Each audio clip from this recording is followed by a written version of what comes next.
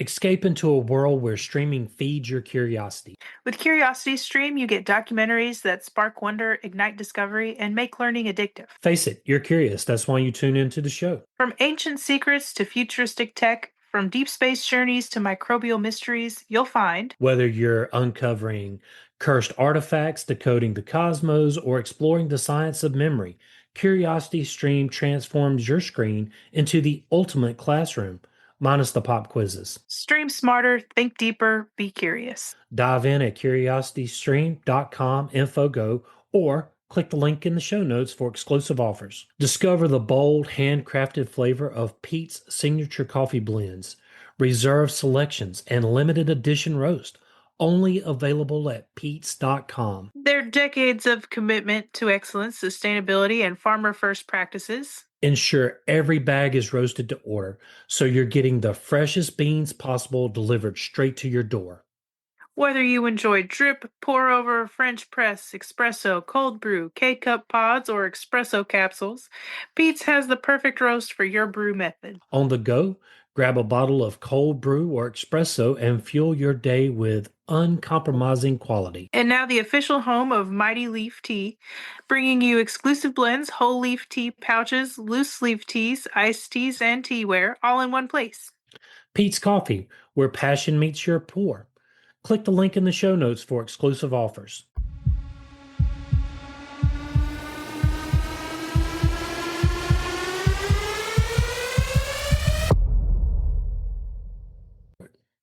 Hi, I'm William. And I'm Kat, And that makes this Info on the Go. answering questions you want to know. So, Kat, I'm going to try to set this up, okay? So, why do we go to such lengths to smell good? You know, from ancient rituals to billion-dollar brands, our quest for freshness is more than just hygiene. It's about identity, culture, and even science. So hold your nose and your expectations. We're about to roll through time. So let's face it, the battle against body odor is as ancient as civilization itself. Absolutely. You know, we just talked about it in Miasma there. Yep. Yes. We talked a good bit about that. Yeah. From Egyptian priests lathering in scented oils to modern ads promising us 24-hour freshness, deodorant has evolved into an everyday essential, a tiny fragrant shield in the war between sweat and social norms. But why does it matter so much? I mean, have you ever really stopped to think about that? Why does it matter so much? Hmm. Sometimes. Yeah. I would say that does come up sometimes. Yeah, you know, I think about it. But I mean, I want to smell clean, but I think Right. it's in our DNA now. Body odor isn't just about a hygiene concern, it's a cultural construct, a biological conversation, and a billion-dollar industry. That's billion with a B. Whether it's the science of sweat, the marketing of freshness, or the psychological pressure to smell acceptable, deodorant touches on everything from health and history to identity. So let's unpack the stink, literally and figuratively, and explore quirky chemical and cultural world behind that little stick in your bathroom drawer. Let's begin where fragrance met faith in the temples of ancient Egypt. Ancient Egyptians believed that body odor could offend the gods, leading them to develop surprisingly elaborate solutions to stay fragrant. I can imagine the deserts of Egypt Oh my and gosh. and the body odor being offensive to the gods, you know. Well, I think the body odor would be offensive to most anybody. Right. I don't know, different times though back then, right? Exactly. They bathed in perfumed oils, wore wax cones infused with aromatic herbs on their heads, and tucked scented bundles under their arms, all in pursuit of divine approved freshness. The tucked scented bundles under their arms. I'm assuming that must be for the armpit. Oh man, but that would be really uncomfortable. Right. Well, I mean, it also depends on how big it is. You probably get used to it after a while. Yeah.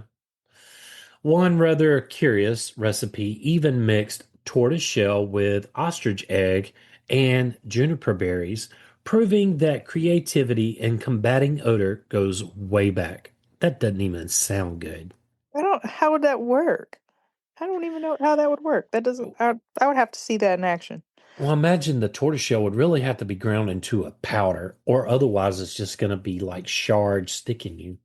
Right. And I mean, and the ostrich egg, would that be the egg shell or the egg itself? I'm assuming it's going to be the egg itself as kind of like a binding agent for the berries. I can see that. So let's explore how our relationship with body scent has evolved over time, starting with the science behind sweat and the bacteria that gives it its distinct aroma. So let's trace deodorant's historical path from sacred rituals to modern branding and uncover the cultural policies packed into every stick and spray. We'll also zoom out to examine global attitudes toward body odor from societies that embrace natural scent to others that view masking as essential. And finally, we'll dive into the environmental footprint of our hygiene habits and highlight cutting edge innovations like probiotic sprays and refillable deodorants. What might seem like a simple swipe under the arms actually opens the door to a much deeper story scientific, social, and surprisingly scented. So, the fight against body odor long predates modern deodorants. In ancient societies, particularly Egypt and Rome, people used fragrant oils, herbal pastes, and ritual cleansing to mask or purify their natural scent. Egyptian priests believed that pleasant aroma was a sign of spiritual cleanliness, while the Romans indulged in communal baths infused with lavender and mint, not just for hygiene, but for social bonding and status. Across cultures, staying fresh wasn't simply about comfort, it was moral, medicinal, and deeply symbolic. Fast forward to the late 19th century, the commercial deodorant industry begins to take shape. In 1888, the first trademark deodorant, Mum, hit the market as a cream applied with fingers, an awkward but revolutionary start. In 1903, Every Dry appeared as one of the first antiperspirants, using aluminum chloride to physically block sweat glands. But it wasn't until 1952 that the roll-on applicator changed everything, inspired by the ballpoint pen.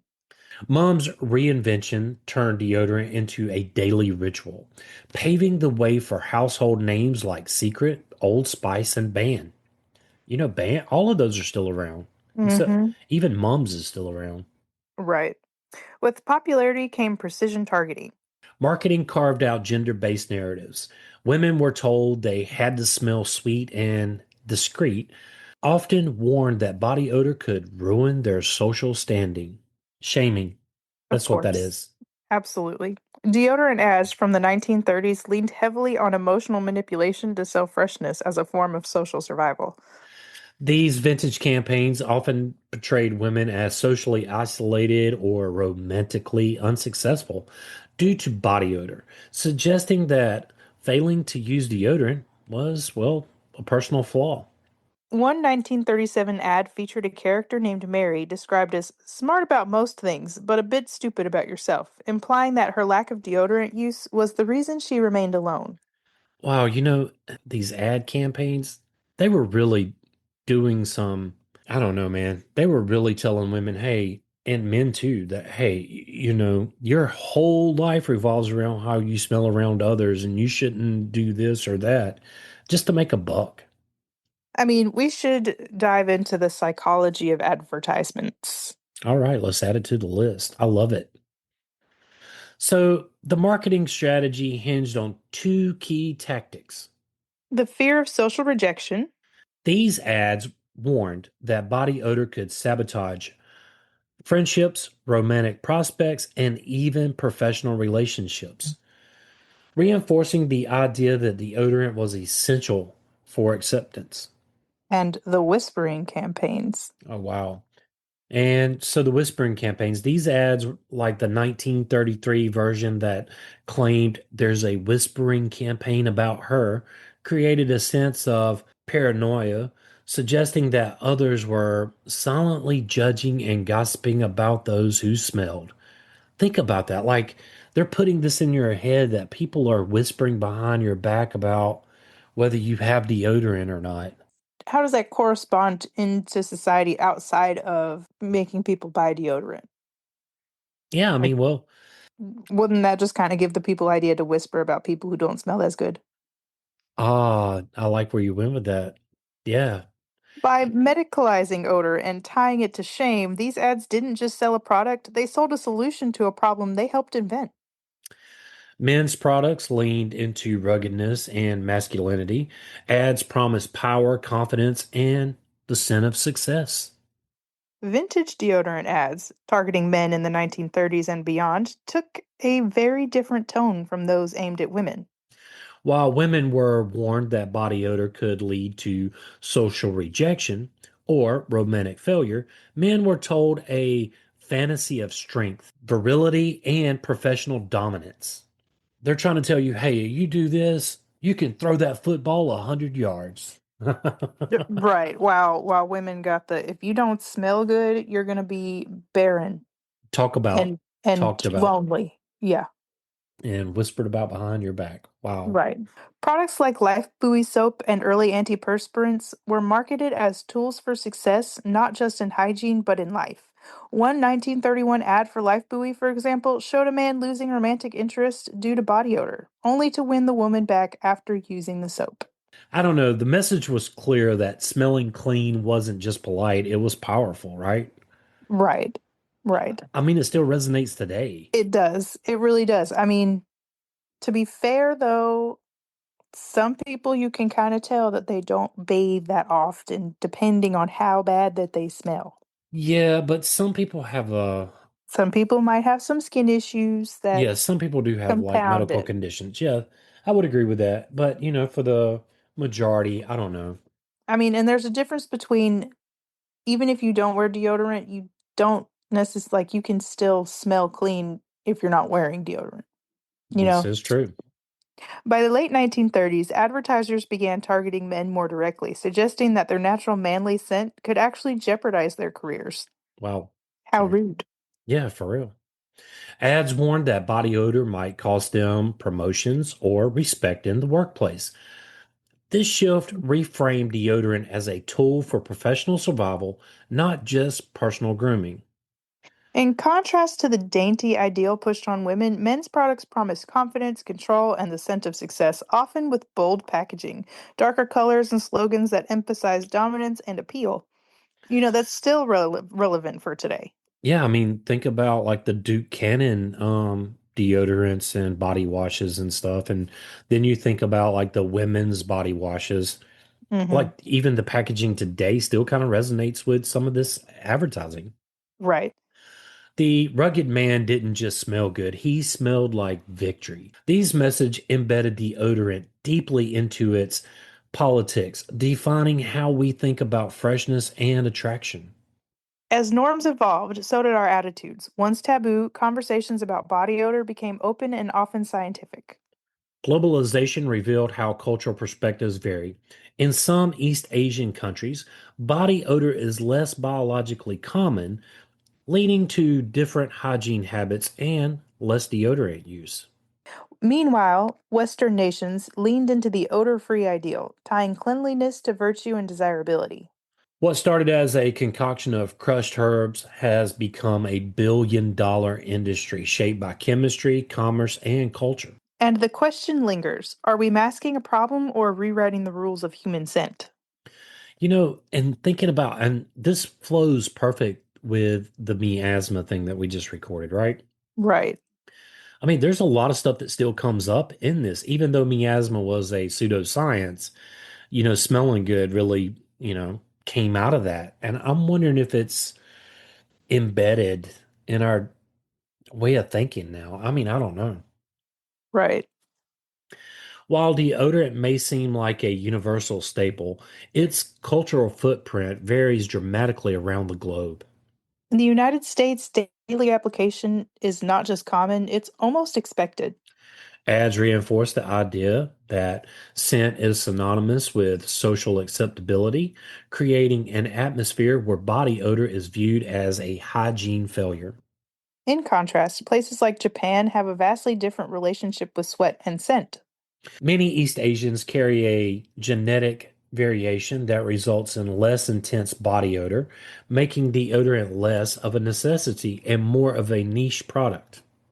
As a result, the deodorant market in Japan remains relatively small, and cultural norms lean more towards scent neutrality than fragrance forward solutions. Hey, William, I think we should take a break. Okay, let's do it. Thinking about starting a D&D game or already a seasoned adventurer? Table Talk Friday, a D&D podcast, is your go-to podcast for all things Dungeons and Dragons. Hosted by Andrew, Seth, and Zach, three friends who turned their love of the game into a weekly ritual. The show delivers tips, laughs, and real talk for players and DMs alike. Whether you're building your first character or refining your 10th campaign, there's something here for everyone. They'll help you turn game night into something you're passionate about, and they love answering listener questions. So grab your die and let your adventure start at Table Talk Friday, a D&D podcast. You can also find a link in the show notes. Travel connects us. It's how we experience new cultures, make lasting memories, and grow together as a global community. But let's be real, travel can be stressful. That's why Level 8 creates luggage that's sleek, durable, and built to make your journey smoother. Now is the perfect time to upgrade. Use code LEVEL8INFO10 anytime for 10% off, no expiration, no limits. Level 8 luggage on another level. Find the links and discount codes in the show notes. At TK Books LLC, they don't just write stories, they unleash chaos, creativity, and the eternal clash of good versus evil, with a side of stupid you'll absolutely love. Curious? Check out their podcast and video previews. Get a taste before you dive in. Books, laughs, and a little bit of what did I just hear? Only at TK Books LLC. Visit tkbooksllc.com. It's weird, it's wild, it's worth it. The link is in the show notes. This divergence opens up deeper conversations about how we perceive natural scent. Some cultures embrace it, seeing body odor as a neutral or even desirable part of identity and intimacy. Others, like in the West, have cultivated industries and rituals to suppress it entirely. The clash between natural and synthetic deodorants mirrors broader debates around health, environment, and authenticity. Natural products tout minimal ingredients and earth-friendly packaging, but often lack the efficiency that synthetic formulations promise, leading consumers to weigh values against convenience in their daily hygiene choices. And then there's the social pressure, subtle, persistent, and often unspoken. In corporate environments, date nights, school hallways, and crowded public spaces, the expectation to smell clean can shape behavior, reinforce gender norms, and affect self esteem. All right, I'm going to speak for me, nobody else. If I'm like been at the gym, been hitting it, or been running, or whatever, been in the sun, and feel that I may have a little BO or whatever, I don't want to get in that crowded elevator with anybody else because, Then you you're know, going to feel like that cartoon character that smells bad. yeah, like I just, yeah, I don't want to do that. You have the So, funk cloud around you. Pigpen from Charlie Brown. Is that what you're talking Mhm. about? Okay. But yeah, that's what I'm talking about. I get that goes back to the question that I had. Is it embedded in us now? That did it come from way back when? I mean, is it something that these advertisers put out there that we went from one thing to another now, right? Right, right. Anyway, I'll get off In, my high horse. in, Meh. in some societies, wearing deodorant is a sign of politeness. In others, it's considered unnecessary or even artificial. This friction between natural biology and cultural conditioning raises a compelling question. Do we really choose how we smell, or are we simply following scent coded scripts written by tradition and advertising? I guess that's really the question that I have. Right. Deodorant may seem like a minor player in the eco conversation, but its impact adds up quickly. Traditional antiperspirants often rely on aluminum compounds to block sweat glands. Effective. Yes, but controversial due to debates around potential health effects and ecological persistence. So I'll touch on that a little bit. Casey can't wear antiperspirants. He can wear deodorants, but he cannot wear antiperspirants because it blocks his sweat glands, and he ends up with bumps under his armpits that hurt really bad. So I'm with Casey on that. I I didn't know that. I wound up having these huge knots under my arm. And they hurt. Yes. And I went to the doctor and he's like, hey, look, it's aluminum buildup. And so he had me try some natural stuff, Mhm. which kind of led me down the road of deodorant, but it also came up on a Facebook page. It was already on the list to begin with, but so I tried some natural stuff that really didn't work. But now I know the difference between the two. And Right, so yeah, I'm more looking at it now as I can only wear deodorant. I can't wear the antiperspirants. right. Many formulas also contain synthetic fragrances and preservatives that, once washed down the drain, can disrupt aquatic ecosystems. Add to that billions of plastic tubes, sprays, and roll-ons tossed annually, and you've got a hygiene habit with a hefty footprint. Remember our plastic episode? Right, that adds to our plastic crisis here. Yeah. In response, a wave of sustainable alternatives has started rolling in. Natural deodorants, once a niche and patchy in performance, have matured into mainstream options boasting ingredients like baking soda, arrowroot powder, magnesium, and essential oils. I was making Casey his own deodorant there for a while with coconut oil, some baking soda, and essential oils, and putting it in a used deodorant tube. So I was recycling as well. Well, I Well, mean, and it worked pretty good, and he liked it for the most part. Sometimes I even added activated charcoal in there.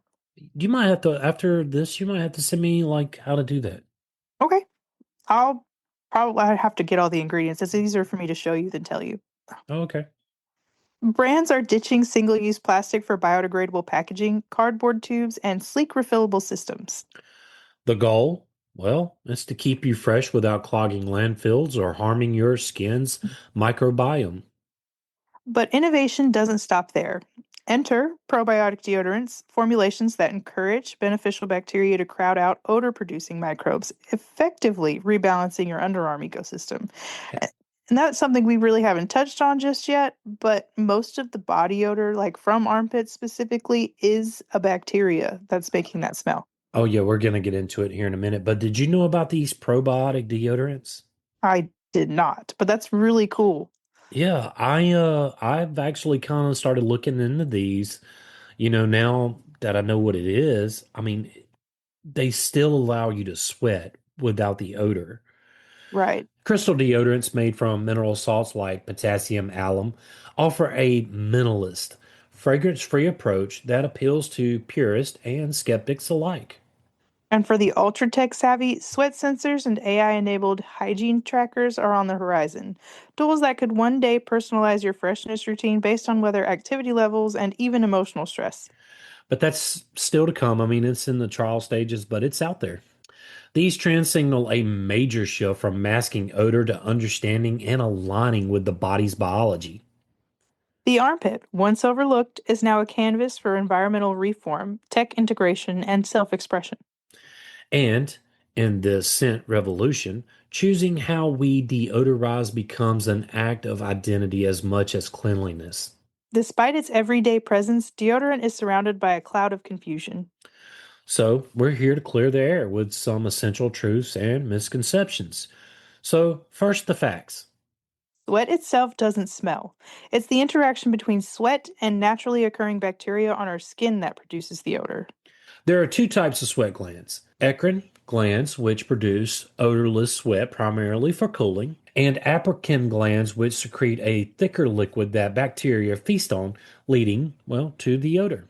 Deodorants work by neutralizing or masking the smell, while antiperspirants go a step further, blocking sweat production with compounds like aluminum salts. Now, let's get into some of the myths.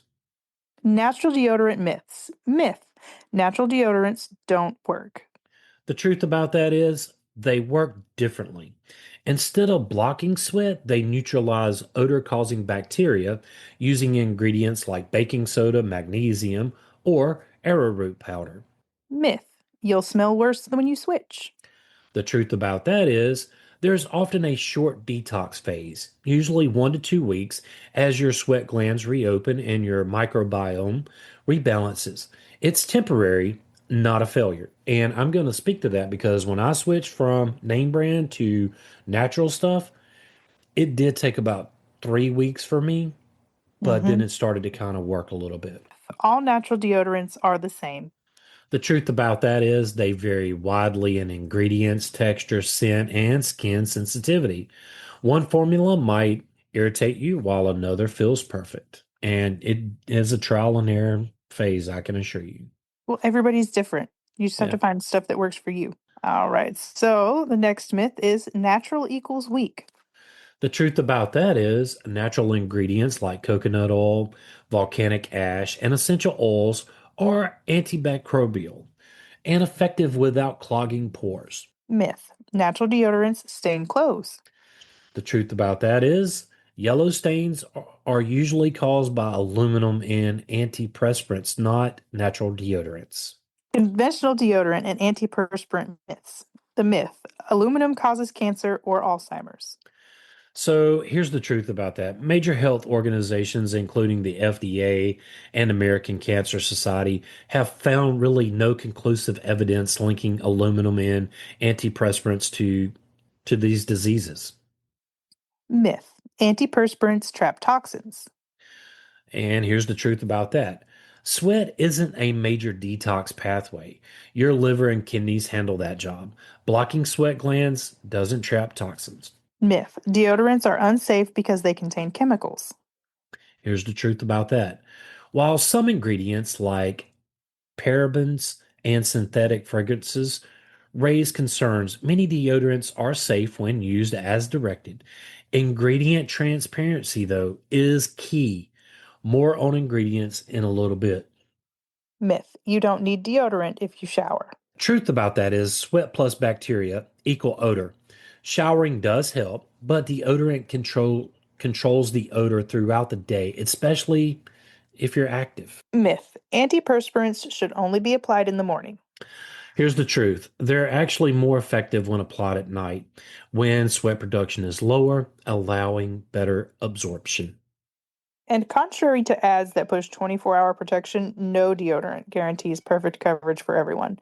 Body chemistry varies, and freshness is never one size fits all. And finally, there's the idea that skipping deodorant is unhygienic. In truth, hygiene and odor are not the same. A clean body may still smell naturally, and in many cultures, natural scent isn't just accepted, it's considered normal, even desirable. So the next time you reach for that roll on or crystal stick, remember, it's not just about smelling good, it's about understanding the science, the culture, and your own comfort level. So, choosing the right deodorant isn't just about fragrance or sweat control, it's about chemistry, comfort, and context. First, consider your body's unique biology. If you tend to sweat heavily or experience noticeable odor, an antiperspirant with aluminum compounds might serve you well by reducing moisture and scent. If your main concern is odor without excessive sweating, deodorants that neutralize bacteria are often sufficient. Look for ingredients like magnesium, zinc, ricinoleate, or plant based extracts that target microbes gently. For sensitive skin, steer clear of artificial fragrances, alcohols, or baking soda, and opt for hyperallergenic or minimalist formulas. Lifestyle also plays a role. Are you constantly on the move exercising or working outdoors? You might want something that's long lasting and sweat resistant. If you're more sedentary or looking for a natural approach, try a product with fewer chemicals or even explore alternatives like crystal stones, vinegar blends, or probiotic sprays. Packaging matters too. Refillable tubes, biodegradable sticks, or creams in recyclable containers help reduce waste and align with sustainability values. Now, take a pause and ask yourself, why do we feel the need to mask our natural scent at all? Is it truly about hygiene, or have we become conditioned by decades of advertising and social expectations to believe that being odorless equals being acceptable? After exploring how different cultures interpret body odor and deodorant usage, it's crucial to take a closer look at what's actually inside the products we apply daily. Not all deodorants are created equal, and some ingredients are raising more than just eyebrows. From endocrine disruptors to environmental red flags, understanding what's tucked inside that tube can reshape how we freshen up. Aluminum compounds, these are the active ingredients in most antiperspirants, designed to temporarily block sweat glands and reduce moisture. The concern stems from their absorption into the skin near breast tissue. Some studies have suggested a possible link to breast cancer and Alzheimer's disease. Although these findings are not conclusive, still, aluminum's biological activity raises enough eyebrows for some consumers to opt for aluminum free alternatives as a precaution. Parabens, used as preservatives to extend shelf life and prevent microbial growth. Parabens such as methylparaben and propylparaben mimic estrogen in the body, potentially disrupting hormone function. Traces of parabens have been found in breast tumor biopsies, raising questions about their role in cancer development. While regulatory bodies still permit parabens in cosmetics at low concentrations, growing concern has led many brands to remove them voluntarily. Phthalates. These chemicals help dissolve fragrance ingredients and enhance products' flexibility. They're often hidden under the verbiage label fragrance, making them hard to spot. Some phthalates have been linked to reproductive harm, hormonal disruption, and developmental issues. Because of this, many clean beauty brands now advertise phthalate free formulas. Triclosan, once popular for its antibacterial properties, it's been phased out in many products due to its association with hormone interference, thyroid dysfunction, and the rise of antibiotic resistant bacteria. The FDA banned its use in hand soaps, but it still occasionally appears in deodorants and other personal care items. Wow, I'll be on the lookout for that one. Mhm. Propylene glycol. This compound improves product texture and consistency. While commonly used in many cosmetics, propylene glycol can cause skin irritation in sensitive individuals. High doses have been linked to nervous system effects, though this risk is more relevant to occupational exposure than typical consumer use. Synthetic fragrance. Fragrance or parfum on a label may represent a cocktail of hundreds of chemicals, many of which aren't disclosed due to trade secret protections.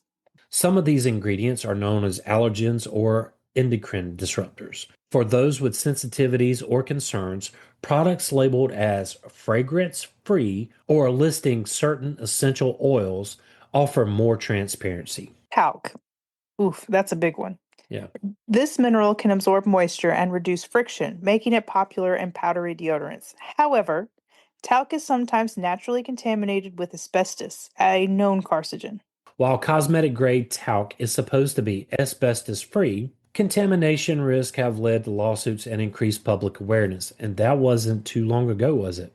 Right. No, I mean, and my mom, she looked into talc powders, and so she used cornstarch on me as a baby versus the baby powders that had talc powder in it, which I'm not sure if, you know, Johnson and Johnson has changed their ingredients in the last 10, 15 years, but they were a big contributor to talc powder and cervical cancer. That was more in recent history too. Right. I, Exactly. I guess we'll maybe add that one to the list somewhere. Absolutely. Okay.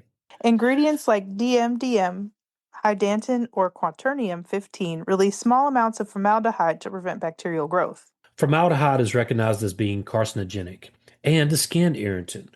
While these ingredients are rare in deodorants today, they may still appear in older or off-brand formulas. And you got to be careful when you're ordering overseas because there's not the same regulations Right. as here in the US. Each of these ingredients plays a role in product performance, but they also come with potential risks. Some are more scientifically substantiated than others. Consider this. The rise of deodorant marketing in the mid 20th century, body odor wasn't vilified. It was simply part of human existence. Over time, commercials taught us that odor can be embarrassing, unprofessional, or even morally questionable. And so the drive to deodorize became less about physical necessity and more about culture conformity. So, as you stand in the personal care aisle or craft your own DIY concoction at home, remember that your scent isn't just a biological output. It's a single, it's a story, and maybe even rebellion. Choosing your deodorant isn't just about staying fresh, it's about deciding how much of your natural self you want to preserve, mask, or redefine. From ancient oils to smart sprays, deodorant's journey is more than skin deep. Whether you You- mask, skip, or spritz, every swipe tells a story about culture, chemistry, and the choices we make to smell like ourselves or someone else's entirely. So raise your arms and your awareness. Stay fresh, stay curious, and keep sniffing out the truth. Oh man, you had to go for it, didn't you? I found this one to be extremely interesting. Yeah, me too. I figured that sweating, I was definitely part of that myth that blocking the sweat glands under the armpits was really bad for you, which I mean, It it is definitely bad for is you. right. But, there's a lot of myths out there, and there's a lot of truths. Like natural deodorants. When my doctor told me that I need to switch to natural, the first week or two, I was like, this does not work at all. And I was behind the myth of, I remember when you switched and you were super self-conscious about it I, because I mean, you could smell yourself more than we outside of you could smell you. well, it wasn't that I could smell myself. It was just I wasn't used to sweating because when you're switching, you're detoxing from all those chemicals that you used for years and years. Right, because who knows how clogged those pores are under your arms. And not only that, like your sweating under there does decrease over time. Your body just has to balance itself back out. Yeah, I wouldn't say you but stop sweating entirely, but it definitely isn't as profuse. well, it took me a while to find something that worked for me. But it says 1 to 2 weeks, but for me, it was almost a month. It was greater than 3 weeks because I was like, I'm gonna have to go back to doing what I was doing. Okay, I learned the difference between antiperspirants and deodorants. Like I didn't really know the difference before this either. Right. And definitely gonna be on the lookout for some of those ingredients that are in there. Yeah, I didn't know that there was formaldehyde leaching. But to be fair, I don't really use deodorant that much. I do. I have to use it every day. I am one of those that have been, you know, Ugh, part of that shh, normal. embedded. Yeah, hey, it's been embedded in me from advertising, but I love the idea of trying to go for another episode on how marketing, what did you call it? The psychology of marketing. Yeah, the psychology of marketing. I think that is going to be eye-opening when we go to do that as well. Yes, absolutely. Was it your own thought process or was it implanted in there? Yeah, Um, but that's all I've got on the sin of civilization here. if you would like to support this podcast, tell a friend and help get the word out. If you would like to help us keep the show going, you can do so at Patreon. Click the link in the show notes. William and I want to thank you for listening. Yes, thank you. Join the Facebook group at Info on the Go Share with us your show ideas. or ask us a question. Subscribe and follow us wherever you get your podcast. Send us a text using the link in the show notes or leave a review. Hey, and leaving those reviews helps somebody else find the show. And you can Yes. email us at, Info on the Go podcast at gmail.com. and yes, that is all one word. Till next time. Stay curious.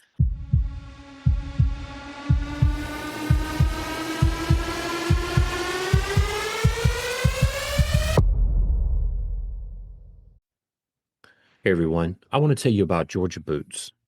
They have a full line of work boots and casual boots for men, women, and kids, trusted by farmers, ranchers, loggers, first responders, and just everyday heroes who need dependable footwear that works as hard as they do.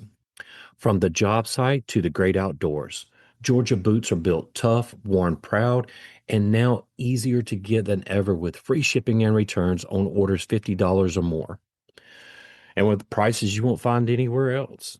So, click the link in the show notes. Get your pair of Georgia boots today. Hey, your dream getaway starts with Apple Vacations. Planning that perfect escape has never been easier. Whether you're craving sun soaked beaches, all exclusive luxury, or family friendly fun, we've got it covered with unbeatable vacation packages to the Caribbean, Mexico, Hawaii, Central America, and beyond. Enjoy exclusive deals, nonstop flights from major cities, and hand-picked resorts that take the guesswork out of travel. From romantic retreats to group getaways, Apple Vacations makes it simple to relax, recharge, and make unforgettable memories. Book with confidence, travel with ease, vacation like never before. Apple Vacations, your getaway, your way. Click the link in the show notes for exclusive offers.